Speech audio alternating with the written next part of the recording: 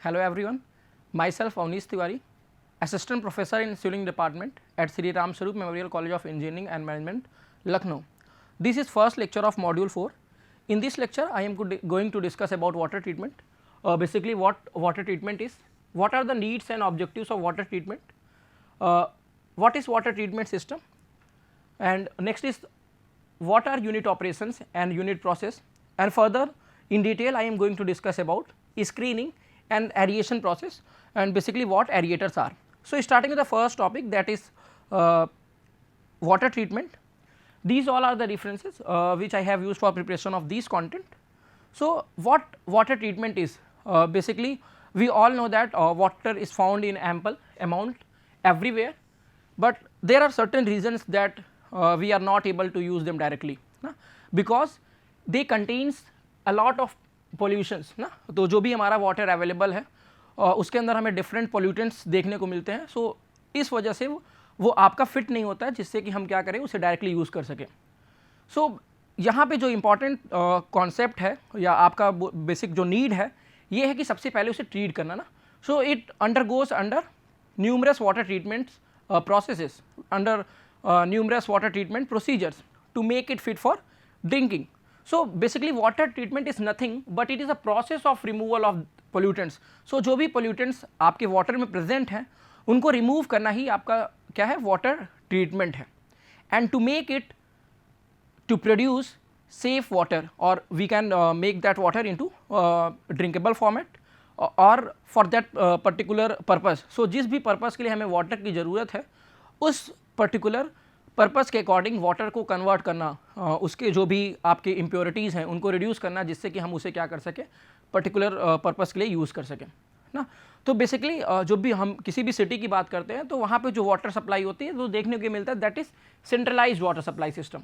सो centralised water supply system में क्या है कि जब हम वाटर को सेंड करते हैं टू कंज्यूमर इन ना, तो कंज्यूमर तक पहुँचने से पहले हमें इस वाटर को ट्रीट करना चाहिए ना. So water treatment should be provided before sending water to the consumer. और इसके साथ हमें ये भी इंश्योर करना चाहिए कि कुछ पर्टिकुलर टाइम होगा जिस पर्टिकुलर फेज में आप देखोगे कि वाटर आपका सोर्स से कहाँ पे पहुँच रहा है कंज्यूमर तक. तो जो ट्रांसपोर्टेशन के वक्त चांसेस हैं कि वाटर आपका क्या हो जाए कंटामिनेट हो जाए, तो हमें ये भी इंश्योर करना है कि वो चांसेस क्या हो सके एलिमिनेट हो सके. So at the time of distribution we have to also ensure that water is free from contaminants ना. सो ये काम हमें करना पड़ता है. Next coming to what are the needs. So basically need जो प्राइमरी नीड है कि आपके वाटर में जो भी इम्प्योरिटीज़ प्रेजेंट हैं उन्हें रिमूव करना ना. क्योंकि जो सोर्सेस हैं सोर्सेस हमें देखने को मिलता है जनरली या तो आप सरफेस सोर्स की बात करेंगे या तो आप ग्राउंड वाटर सोर्स की बात करेंगे. तो इसमें जो इम्प्योरिटीज़ प्रेजेंट हैं उन्हें रिमूव करना और रिमूव करने के बाद जो भी हमारी रिक्वायरमेंट्स है जो डेली बेसिस पे रिक्वायरमेंट है for the purpose of drinking, for the purpose of cooking और क्लीनिंग, या आप देखते हो कि डिफरेंट इंडस्ट्रीज़ हैं जो कि वाटर कंज्यूम करती हैं. सो उस पर्टिकुलर रिक्वायरमेंट को फुलफ़िल करने के लिए हम उसे क्या करते हैं ट्रीट करते हैं. नेक्स्ट इज जो हमारे वाटर है जो आपके वाटर कंटेनिंग कंटामिनेंट्स हैं वो क्या होते हैं उनके अंदर हमें ऑब्जेक्शनेबल कलर देखने को मिलता है, ऑर्डर देखने को मिलता है, साथ में turbidity as well as hardness present होती है. सो उसे हमें क्या करना है वहाँ से रिमूव करना है. एंड जो वाटर है हमारा उसे क्या करना है पोर्टेबल बनाना है, means to make it safe for the drinking ना. उसे हम क्या करें ड्रिंकिंग के लिए फिट कर सकें, means we have to convert the water into portable water. Next one is जो हमारा वाटर वहाँ पे क्या होता है जब इम्प्योरिटीज़ प्रेजेंट होती हैं, मीन्स उसका जो pH होता है वो काफ़ी आपका बोल सकते हो इन अगर एसिडिक नेचर है तो वो क्या करता है कोरोजन इम्पार्ट करता है. आपके जो पाइप्स हैं वहाँ पे हमें कोरोजन देखने को मिलता है. सो उसे भी हमें क्या करना है एलिमिनेट करना है to eliminate the corrosive nature of water. इसके साथ साथ जो हमारी डिफरेंट एजेंसीज़ हैं जो कि वाटर क्वालिटी स्टैंडर्ड्स सेट करती हैं तो उनके जो लेवल्स हैं आपके मैच करना, उनके जो भी आपका वाटर है उनके लेवल से मैच करना हमारा एक पर्पस हो सकता है. ये भी एक पर्पस है कि जो वाटर की क्वालिटी है और जो आपके रेगुलेशंस हैं जो आप बोल सकते हैं वाटर क्वालिटी स्टैंडर्ड्स हैं बोथ शुड बी मैच. सो उन्हें मैच करने की ज़रूरत है. Next what is unit operations and unit process. So basically जब हम वाटर ट्रीटमेंट की बात करेंगे तो वहाँ पे वेरियस यूनिट्स इन्वॉल्व होंगी. हम किस पर्टिकुलर यूनिट से कौन सी इम्प्योरिटीज़ वहाँ से रिमूव कर रहे हैं.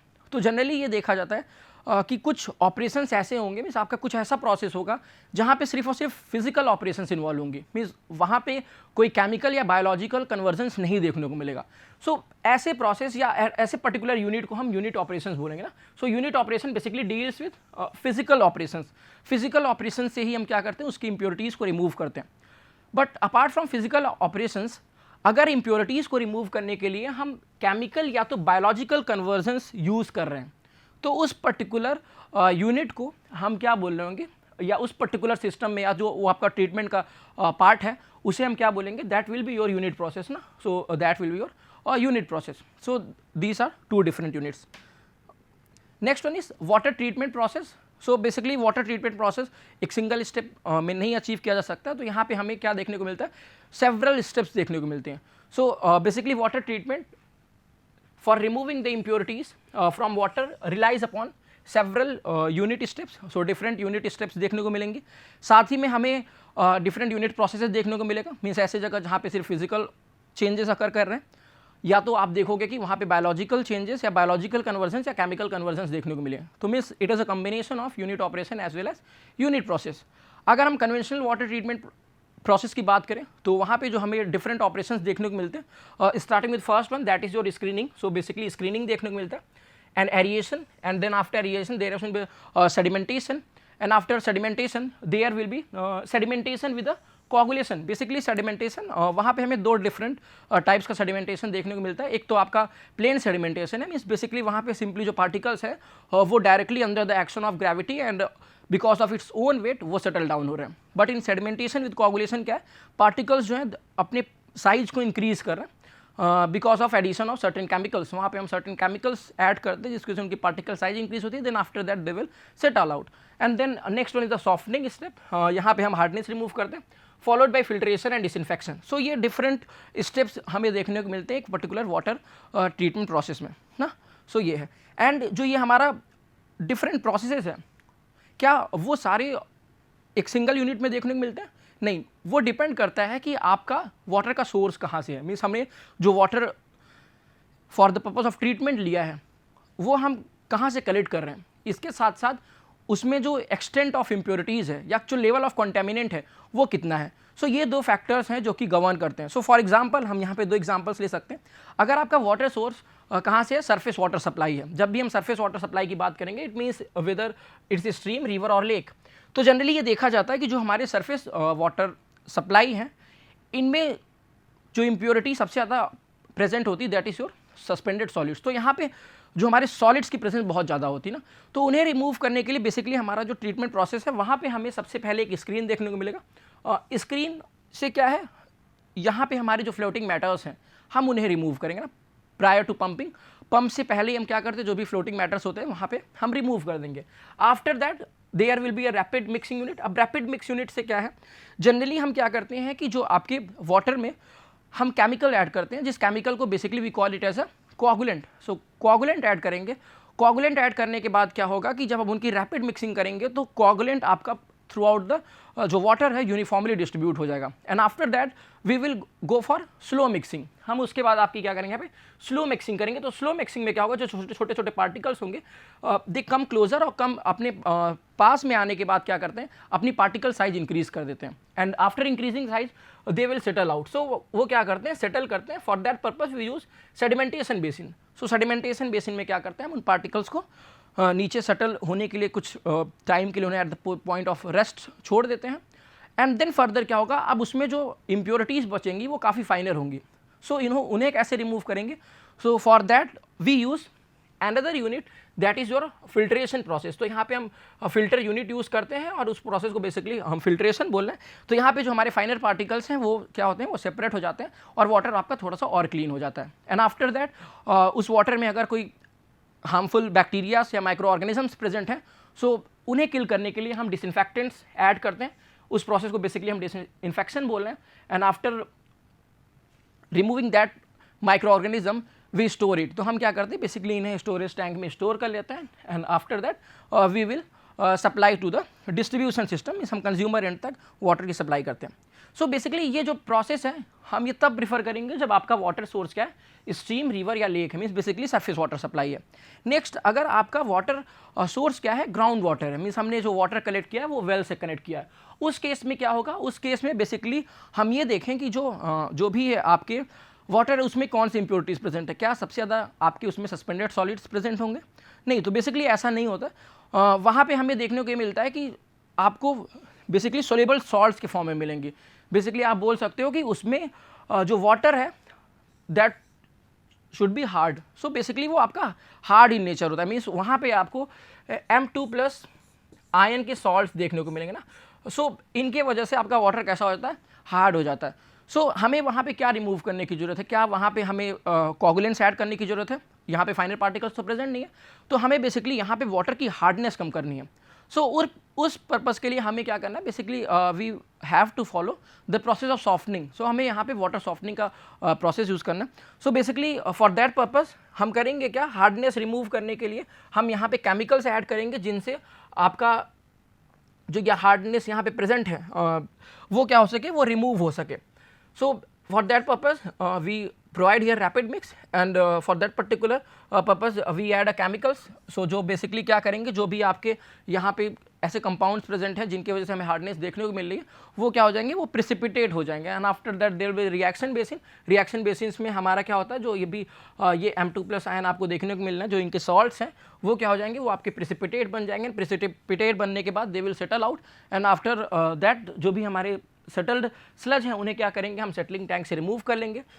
बट इस पूरे प्रोसेस में क्या होता है कि जो भी हमारा ये रिएक्शंस है ये जनरली ऑकर करता है कब, जब हमारे उस पर्टिकुलर चीज़ की अगर हम बात करें कि पीएच आपका कैसा हो जाए, पीएच चेंज हो जाता है, जब ये पूरा प्रोसेस अगर होता है पीएच चेंज होता है। सो उस पर्टिकुलर पीएच को एडजस्ट करने के लिए क्या करते हैं, हम एक एक्स्ट्रा यूनिट प्रोवाइड करते हैं, दैट इज योर रीकार्बोनेशन। सो इस पूरे रिएक्शन में क्या होता है, जो हमारा पीएच है वो चेंज हो रहा है, सो in order to adjust the pH we here provide another unit, that is recarbonation unit, and after recarbonation there will be rapid sand filter for the purpose of removing finer particles, जो final particles present होंगे उन्हें remove करेंगे and then we will disinfect it and after disinfection we will store it। so store करने के बाद हम इसे क्या करेंगे, distribution system में supply कर देंगे water को। okay, so next one is conventional water treatment system. एक कन्वेंशनल वाटर ट्रीटमेंट सिस्टम में हमें डिफरेंट यूनिट्स जो देखने को मिलती है, पहला तो ये कि वाटर का सोर्स आपका कुछ भी हो सकता है, इधर it may be your surface water or it may be your underground water. After that we will provide a screen, basically the purpose of screen is what, to remove the floating matter, जो भी आपके floating matters present हैं, इधर it's leave or it's any type of rubbish, so हम क्या करेंगे, उन्हें basically वहाँ से रिमूव कर देंगे। रिमूव करने के बाद क्या है, अब उसके अंदर जो पार्टिकल्स प्रेजेंट है, मीन्स जो सस्पेंडेड पार्टिकल्स प्रेजेंट हैं, हमें उन्हें रिमूव करना है। सो उसे रिमूव करने के लिए बेसिकली हम यहाँ पे कोआगुलेंट्स ऐड कर रहे हैं। कोआगुलेंट्स आप बेसिकली देख सकते हो वहाँ पे हम एलम ऐड कर रहे हैं, या तो आप एलम ऐड करोगे, एलम ऐड करने के बाद आपके क्लॉक्स फॉर्मेशन होंगे और धीरे धीरे आपके जो भी पार्टिकल्स हैं वो एक साथ आ जाएंगे और उनकी साइज इंक्रीज करेगी, after that there will settle out. And इस पर्टिकुलर प्रोसेस के बाद क्या है, जो पार्टिकल्स की साइज इन्हेंस हो रही है, so under the action of gravity they will settle down, so वो क्या करेंगे, वो सेटल डाउन होंगे। तो आप बेसिकली यहाँ पे देख सकते हो ये आपका सेटल्ड स्लज है, so there will sedimentation tank, और यहाँ से हम क्या करेंगे, जो भी स्लज हैं हम उन्हें क्या करेंगे, टाइमली रिमूव करते रहेंगे। तो बेसिकली या तो यहाँ पे आप मैनुअल क्लीनिंग परफॉर्म करोगे, तो या तो यहाँ पे क्लीनिंग साथ में चलती रहेगी, स्लज आपका सेटल हो रहा है और हम लोगों ने वहाँ पे प्रॉपर अरेंजमेंट प्रोवाइड कराया होगा जिससे उसकी कंटिन्यूस स्क्रैपिंग भी होती रहेगी ना। तो यहाँ से हम स्लज को रिमूव कर लेंगे। After that there will be filtration unit. So filtration unit से बेसिकली जो भी आपके लाइटर पार्टिकल्स हैं, जो आपके स्मॉलर पार्टिकल्स हैं जो कि आपके सेडिमेंटेशन प्रोसेस से नहीं रिमूव हुए हैं, उन्हें क्या करेंगे, हम इन फिल्टर बेड से पास करेंगे। जो आपके यहाँ पे डिफरेंट आपको बेड्स दिख रहे हैं, कार्बन के बेड हैं, सैंड बेड हैं एंड आपके जो ग्रेवल बेड है। तो बेसिकली जो आपका सबसे फाइनल पार्टिकल होगा टॉप पे होगा and courser will be at the bottom. Courser का पर्पस ये है कि जिससे आपके जो ऊपर के लेयर्स हैं उन्हें क्या मिल सके, सपोर्ट मिल सके। And after that we will provide another unit for the adjustment of pH। तो बेसिकली हम यहाँ पे क्या कर रहे हैं, pH को मेंटेन करा रहे हैं, सो ना, तो pH readjustment unit should be there. उसके बाद next will be your anti corrosive agents. Basically क्या होता है कि जो भी हमारे वाटर प्रेजेंट है उसके अंदर कुछ ऐसे एजेंट्स हम देख सकते हैं या ऐसे कंपाउंड्स प्रेजेंट होंगे, means basically because of that pH ये क्या करते हैं, कोरोजन इम्पार्ट करते हैं पाइप से। सो उस कोरोजन को कंट्रोल करने के लिए यहाँ पे हम एक एंटी कोरोसिव एजेंट्स ऐड करते हैं, that is for example that is orthophosphates. तो हम ऑर्थोफॉस्फेट्स ऐड कर सकते हैं and after that we will go for disinfection purpose. So disinfection purpose के लिए हम यहाँ पे क्लोरीन ऐड करते हैं। सो क्लोरीन क्या करता है, जो भी आपके हार्मफुल माइक्रो ऑर्गेनिजम्स प्रेजेंट हैं उन्हें किल करता है। After that we get fresh water that is fit for drinking, means we can get portable water. And यहाँ से हम क्या करेंगे, डायरेक्टली क्या करते हैं, होम्स तक इस वाटर की सप्लाई कर देते हैं with the help of proper distribution system. Okay, so these all are the units which are present in a conventional water treatment plants. So next one is the screening. So basically अब हम थोड़ा सा detail में बात करना है कि what is screening. So basically screening is nothing but it refers to the filtration of coarse floating and suspended materials. Means जो भी हमारे सस्पेंडेड या तो फ्लोटिंग मैटर्स हैं जिनकी साइज काफ़ी ज़्यादा है, basically that are coarser means उन्हें हम, जो आपके हैवी पार्टिकल्स हैं, not in terms of weight but in term of their size. So हम उन्हें क्या करेंगे, उन्हें इस पर्टिकुलर प्रोसेस से रिमूव करेंगे and that impurities are like wood, leaves, aquatic plants, paper, polythenes. So इसे हम रिमूव करें। इस पर्टिकुलर रिमूवल के लिए जो हम यूनिट प्रोवाइड करते हैं, we call it as a screen, that device is known as screen. So basically उस स्क्रीन की वजह से हम बिगर सस्पेंडेड सॉलिड्स और फ्लोटिंग मटेरियल्स को रिमूव कर सकते हैं। जनरली जब हम एक ड्रिंकिंग वाटर की बात करते हैं कि जो भी हमारा ड्रिंकिंग वाटर ट्रीटमेंट प्लांट है, क्या उसमें हम लोग स्क्रीन प्रोवाइड्स करते हैं, तो ऐसा जनरली देखने को नहीं मिलता है। बेसिकली ये जो स्क्रीन यूनिट है ये इंटेक्स में प्रोवाइड कर दिया जाता है, मीन्स जहाँ से हम वाटर सप्लाई कर रहे हैं वाटर ट्रीटमेंट प्लांट तक, उस पर्टिकुलर यूनिट में ही क्या कर रहे हैं, हम स्क्रीन प्रोवाइड कर दे रहे हैं। तो इस वहाँ पे ही आपका जो भी फ्लोटिंग मैटर है वो रिमूव हो जा रहा है। जनरली जो हमारी स्क्रीन्स हैं ये देखने को तब मिलती हैं जब आपका जो वाटर का कन्वेइंग यूनिट है वो एक ओपन कैनाल है। सो ओपन कैनाल्स में जनरली हम स्क्रीन प्रोवाइड करते हैं, बट ऐसा हमें प्रैक्टिकली देखने को नहीं मिलता है कि जो हम वाटर ले आ रहे हैं ट्रीटमेंट प्लांट तक किसी एक ओपन चैनल के थ्रू ले आ रहे हैं। जनरली जो कन्वेइंग यूनिट यूज़ की आती है वो आपका क्लोज कंडुइट्स होता है ना। तो जो हमारा स्क्रीन्स है, जनरली अगर हम इसे वन लाइन में बात करें तो ये एग्जिस्ट करता है आपके इनटेक स्ट्रक्चर में। और ये जो स्क्रीन्स होता है बेसिकली आपको two different type of screen देखने को मिलेगी, एक तो कोर्स स्क्रीन और फाइन स्क्रीन। अब कोर्स स्क्रीन और फाइन स्क्रीन किस बेसिस पे क्लासीफाई किया जा रहा है, classification based on the size of opening. जो भी आपकी स्क्रीन है उसकी ओपनिंग कैसी है, उसके बीच में जो परफोरेशन है वो कैसे हैं। तो कोर्स स्क्रीन को हम we also call it as racks and they are usually bar screens. तो बेसिकली यहाँ पे हम क्या करते हैं, डिफरेंट बार्स को अरेंज करते हैं, that whether they can be arranged in vertically और इंक्लाइन बार्स, और इनके बीच की जो स्पेसिंग होती है वो कितनी होनी चाहिए, और ये जो बार है उसका साइज कितना होना चाहिए। तो जो हम बार्स यूज़ कर रहे हैं that should B of size 10 to 25 mm ना, वो 10 to 25 mm डायमीटर के हो सकते हैं। और इनके बीच की जो स्पेसिंग होगी, मीन्स जो आपके डिफरेंट बार्स होंगे इनके बीच की स्पेसिंग कितनी होनी चाहिए ना। तो बेसिकली जो स्पेसिंग होना चाहिए that should be in the range of 20 to 100 mm ना, centre to centre spacing 20 to 100 mm। और जब भी हम इन्हें इंक्लाइंड रखेंगे, मीन्स अगर ये आपका कोई बेसिकली पोर्शन है, कैनाल का पोर्शन है, अगर हम इसमें बात करें इनके इंक्लाइंड रखेंगे तो उस केस में जो ये एंगल होना चाहिए that should be in range of 45 to 60 degree ना। तो इससे क्या होता है, इंक्लाइंड रखने से जो हमारा एरिया है वो इंक्रीज हो जाता है। आप कंसीडर भी कर सकते हो, एक ये पोर्शन है, इस केस में आपको एरिया जो मिलेगा दिस और मल्टीप्लाइड बाई जो यहाँ पे अगर आप बोलोगे जो विड्थ मिल रहा होगा, सो that will be the area. But while in case of inclination आपको विड्थ तो सेम मिल रही है, बट अगर हम इस पर्टिकुलर पोर्शन की बात करें तो जो ये आपका लेंथ वाला पोर्शन है, आप जो बोल सको बेसिकली हाइट वाला पोर्शन है, वो इंक्रीज कर जा रहा है। सो यहाँ पे इंक्लिनेशन से हमारा जो एरिया है वो देखने को ज़्यादा मिल जाता है ना। और जब भी हम बात करेंगे कोर्स ऑफ फाइन स्क्रीन की, तो जनरली इसे हम कॉम्बिनेशंस में प्लेस करते हैं, और यूजुअली और ये जनरली क्या आप बोल सकते हो, हमेशा ऐसा होता है कि जो कोर्स स्क्रीन है वो हमेशा आपके फाइन स्क्रीन से पहले प्लेस किया था, means coarse screen are usually place in the front of fine screen. So coarse screen से जो बिगर फ्लोटिंग मटेरियल्स हैं वो सेपरेट हो जाते हैं, और फर्दर फाइन स्क्रीन से जो आपके छोटे से स्मॉलर पार्टिकल्स हैं, means fine screen removes fine suspended particles. Coming to next that is your fine screen. अब फाइन स्क्रीन की बात करेंगे, usually they are provided in the form of wire message. तो ये जनरली आपको वायर मेस के form में देखने को मिलेगा, और जो ये वायर मेसेज हैं इनके बीच में जो स्पेसिंग है that should be 10 mm centre to centre spacing. जो वायर्स डिफरेंट वायर्स होंगे इन वायर में उनकी बीच की स्पेसिंग आपको 10 mm देखने को मिलेगी ना। और जनरली फाइन स्क्रीन सूटेबल नहीं होते, क्यों? क्योंकि इनके जो पोर्स हैं वो काफ़ी छोटे हैं, तो यहाँ पे चांसेस हैं कि वो क्लॉक कर जाए ना, क्लॉकिंग के चांसेस वहाँ पे देखने को मिल सकते हैं। अब जब भी हम इनकी बात करेंगे डिज़ाइनिंग की, तो जो वेलोसिटी है ना, कि जो इस पर्टिकुलर स्क्रीन से जो वेलोसिटी होनी चाहिए ना, कि वो किस पे डिपेंडेंट है? वो डिपेंडेंट है एरिया पे। While designing the screen, clear opening should have sufficient total area ना, जो आपको टोटल एरिया अवेलेबल मिलना चाहिए वो इतना हो जिससे कि जो वेलोसिटी मिल सके through them not more than 0.8 to 0.1 metre per second. So ये इस रेंज में आपको वेलोसिटी देखने को मिल सकती है।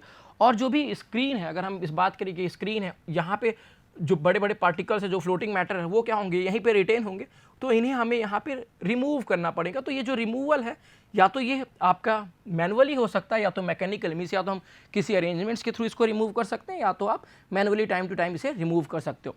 Next unit is aeration unit. So basically aeration unit में क्या होता है, जनरली हमने ये देखा है कि जो भी आप अगर इस पिक्चर से देखने की कोशिश करो तो आपको ऐसा लग रहा होगा कि इस पूरे जो यहाँ पे जो वाटर प्रेजेंट है, इसमें किसी ना किसी प्रोसेस के थ्रू एयर इसमें इनकॉर्पोरेट कराया जा रहा है ना। तो बेसिकली जो एरिएशन प्रोसेस है या जो एरिएशन यूनिट है, इसका काम क्या है? वाटर और एयर को कांटेक्ट में लाना। सो वाटर और एयर को कांटेक्ट में क्यों ला रहे हैं, इसके पीछे भी क्या पर्पस है? इस पर्टिकुलर प्रोसेस से जो भी हमारी आयरन या मैग्नीज प्रेजेंट है, या जो भी डिजॉल्व गैसेस प्रेजेंट है, या आप जो बोल सकते हो VOCs प्रेजेंट हैं, वोलाटाइल ऑर्गेनिक कंपाउंड्स प्रेजेंट हैं, उन्हें क्या कर सकते हैं? हम रिमूव कर सकते हैं ना। सो बेसिक इनका ये पर्पस है। Aeration removes order and taste. Basically order and taste remove करता है, क्यों? क्योंकि इसमें वोलाटाइल गैसेस प्रेजेंट होती हैं, और ये volatile gases odour and taste cause करती हैं। सो एरिएशन से वोलाटाइल गैसेस रिमूव हो रही हैं, तो ऑब्वियस है कि जो आपका ऑर्डर है, टेस्ट है, वो भी प्रेजेंट होगा। जनरली हम अगर बात करें कि ऑर्डर किसकी मिलती है हमें, तो हाइड्रोजन सल्फाइड, या आप बोल सकते हो बेसिकली मेथीन वगैरह प्रेजेंट है, तो उसकी वजह से हमें वहाँ पर ऑर्डर देखने को मिलता है। इसके साथ साथ एरिएशन की वजह से जो भी आपकी आयरन है या मैग्नीज है, वो भी क्या हो जाते हैं? रिमूव हो जाते हैं। क्यों? उनको ऑक्सीडाइज करके। Basically aeration also oxidizes iron and manganese, और it increases dissolve oxygen content in water. So dissolve content जो है आपका DO प्रेजेंट है, उसे भी इंक्रीज करता है। साथ में जो भी आपके CO2s हैं वो रिमूव हो रहे हैं, जो आपके कोरोजन है वो आपका चांसेस है उसका कम हो रहा है, और जो भी इनफ्लेमेबल गैसेस हैं वो सारी चीज़ें आपके यहाँ पे बेसिकली रिमूव हो जाती हैं। अब जब एरिएशन की बात करते हैं कि एयर को कांटेक्ट में ला रहे हैं, तो एयर को कांटेक्ट में कैसे ला सकता है? बेसिकली इसके लिए क्या है कि हम क्या करें, aeration can be achieve either by exposing drops or thin layer of water to the air ना। तो बेसिकली क्या कर सकते हैं? In the form of drops by drops, या इन द फॉर्म ऑफ हम एक लेयर्स के फॉर्म में इसके अंदर क्या कर सकते हैं? एयर को इंकॉर्पोरेट करा सकते हैं। इफ़िशियंसी की बात करेंगे कि जो एरिएशन की इफ़िशियंसी वो किस पर डिपेंडेंट है? इट्स ऑब्वियस कि आपका कितना कॉन्टैक्ट टाइम है, मीन्स कितने टाइम के लिए ये पूरा आपका एयर और वाटर कॉन्टैक्ट में है। इसके साथ साथ में ये कितना सरफेस कॉन्टैक्ट में है। ज़्यादा सरफेस कॉन्टैक्ट में होगा, आप अगर ये बात करो, एग्जांपल लेते हैं, अगर ये आपका कंप्लीट सरफेस कॉन्टैक्ट में है तो यहाँ पे ज़्यादा से ज़्यादा एयर इनकॉर्पोरेट है। अगर इस सरफेस को कम कर दिया जाए, इस सरफेस को कम करने का मतलब कि आपके पास एक टैंक है, वॉल्यूम सेम है, तो हो सकता है आपको जो डेप्थ देखने को मिली थी, आपने क्या किया, इसका सरफेस एरिया जो इसका एरिया था वो कम कर दिया, डेप्थ बढ़ गई, सो एरिया रिड्यूस हो गया। इट्स ऑब्वियस कि इन दोनों के केस में, इन डिफरेंट केसेस में, जो ये वाला पोर्शन है, जो पोर्शन अगर हम बात करें ये एक टैंक है, इसकी इफिशिएंसी ज़्यादा होगी क्योंकि यहाँ का जो सरफेस एरिया है वो ज़्यादा प्रेजेंट है। ठीक है, तो ये इफेक्टिव किस केस के लिए है? तो जस्ट अभी डिस्कस किया हम लोगों ने कि कार्बन डाइऑक्साइड रिमूव हो सकती हैं, जो भी आपके मेथेन प्रेजेंट है, हाइड्रोजन सल्फाइड प्रेजेंट है, हम उन्हें रिमूव कर सकते हैं। अब साथ में ये भी देखा कि कोरोजन भी यहाँ से कम हो सकता है। हमारे जो भी मैग्नीज प्रेजेंट है, आयरन प्रेजेंट है, हम उन्हें रिमूव कर सकते हैं by the process of oxidation, उन्हें ऑक्सीडाइज करके रिमूव कर सकते हैं। But they are also ineffective किसके अगेंस्ट है? मीन्स अगर हैवी मेटल्स प्रेजेंट है तो उन्हें नहीं रिमूव कर सकते। अगर पैथोजेनिक बैक्टीरियाज प्रेजेंट है, वायरस प्रेजेंट है, तो उन्हें रिमूव नहीं कर सकते। And as well as stability जो भी प्रेजेंट है उन्हें रिमूव कर सकते हैं। मैकेनिज्म की बात करेंगे तो बेसिकली जो एरिएशन है वो दो डिफरेंट मैकेनिज्म से देखने को मिलता है। एक तो स्क्रबिंग एक्शन से और दूसरा आपका ऑक्सीडेशन एक्शन है। स्क्रबिंग में क्या होता है? बेसिकली हमारा that removes scrubbing action physically removes gases from the solution in water ना। तो बेसिकली क्या करता है, एरिएशन में जो भी हमारे गैसेस प्रेजेंट हैं उन्हें फिजिकली रिमूव करता है, और इस स्क्रबिंग एक्शन के थ्रू क्या होता है, जो भी आपका एयर प्रेजेंट होगा वो सराउंडिंग एनवायरनमेंट में रिलीज हो जाएगा।